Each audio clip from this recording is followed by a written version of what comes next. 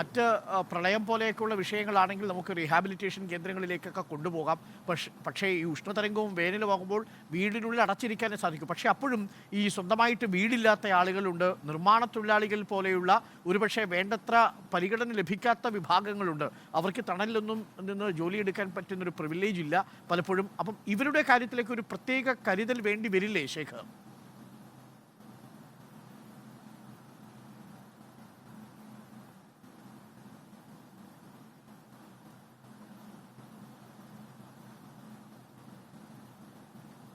ശേഖരന്റെ ശബ്ദ തടസ്സമുണ്ട്, ശബ്ദവിനിമയത്തിൽ ഒരു ചെറിയ സാങ്കേതിക തടസ്സമുണ്ട് എന്നാണ് ഞാൻ മനസ്സിലാക്കുന്നത്.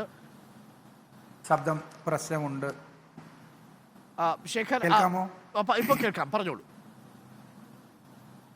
അതെ, നമ്മൾ ഈ തീവ്രതയ്ക്ക് അനുസരിച്ചിട്ടാണ് ഈ ഒരു ദുരന്ത സാഹചര്യത്തിനോട് പ്രതികരിക്കുക. നമ്മൾക്ക് തയ്യാറെടുപ്പുകൾ മുന്നേ തന്നെ ആരംഭിച്ചു എന്ന് ഞാൻ പറഞ്ഞു.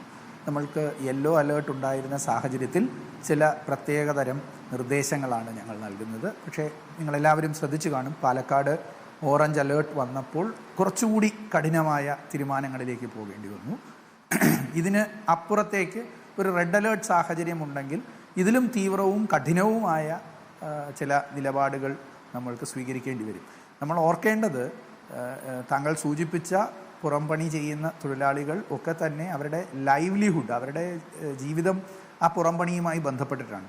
അപ്പോൾ നമ്മൾ വളരെ പെട്ടെന്ന് തന്നെ ഇതിനെല്ലാം ഒരു തടസ്സം ചൂടിനെ പ്രതിരോധിക്കുന്നതിന് വേണ്ടിയിട്ട് ചെയ്തു കഴിഞ്ഞാൽ ചിലപ്പോൾ ബുദ്ധിമുട്ടുകളുണ്ടാവും. അപ്പോൾ അവിടെ ഡിഫറൻഷ്യലായിട്ട് ആളുകളുടെ ഇതിൻ്റെ ആഘാതം ഏൽക്കുന്നതിൻ്റെ സാധ്യത അനുസരിച്ച് നേരത്തെ ഡോക്ടർ സൂചിപ്പിച്ചതുപോലെ മുതിർന്നവർ, വളരെ പ്രായമായവർ, അല്ലെങ്കിൽ കിടപ്പ് രോഗികൾ, അതല്ല ഗർഭിണികൾ, കുട്ടികൾ, ഇവരെ കേന്ദ്രീകരിച്ചുകൊണ്ടാണ് നമ്മൾ തുടക്കം മുതലേ നമ്മളുടെ മെസ്സേജുകൾ കൊടുക്കാൻ ശ്രമിച്ചത്. ഇനി ഓറഞ്ച് അലേർട്ടിൻ്റെ സാഹചര്യത്തിൽ ഇന്ന് പാലക്കാട് ജില്ലയ്ക്ക് ഞങ്ങൾ വളരെ വ്യാപകമായി അവിടെയുള്ള മൊബൈൽ ഫോണുകളിലേക്കെല്ലാം ക്യാബ് സന്ദേശങ്ങൾ പോയിട്ടുണ്ട്. പക്ഷേ റെഡ് അലേർട്ടിലേക്ക് പോകുമ്പോൾ ജില്ലാ കളക്ടർ കഴിഞ്ഞ ദിവസം തീരുമാനിച്ച് ഉറപ്പിച്ച ചില കാര്യങ്ങൾക്ക് അപ്പുറത്തേക്കുള്ള നടപടികളിലേക്ക് പോകേണ്ടി വരും. അത്തരമൊരു സാഹചര്യം നിലവിൽ വന്നിട്ടില്ല. പക്ഷേ സ്റ്റേറ്റിൻ്റെ ഹീറ്റ് ആക്ഷൻ പ്ലാൻ അനുസരിച്ച് അതിന് നിയതമായ ഒരു SOP ഉണ്ട്. ആ SOP അനുസരിച്ചിട്ടുള്ള നടപടികൾ ഉണ്ടാകും. അതിൽ താങ്കൾ സൂചിപ്പിച്ചതുപോലെ നമ്മൾക്ക് പുറത്ത് ആളുകൾ നമ്മൾ പ്രളയത്തിന് കരുതുന്നത് പോലെ തന്നെ വീടില്ലാതെ വഴിയോരങ്ങളിൽ വസിക്കുന്നവർക്കുള്ള ഷെൽട്ടർ സൗകര്യങ്ങളും ഉൾപ്പെടുന്നു. നിലവിൽ ആ സാഹചര്യത്തിലേക്ക് നമ്മൾ കടന്നിട്ടില്ല. പോകാതിരിക്കട്ടെ. Thank you doctor Rajeev Jayadev, doctor S Abhilash നമുക്കൊപ്പം ചേർന്നതിൽ.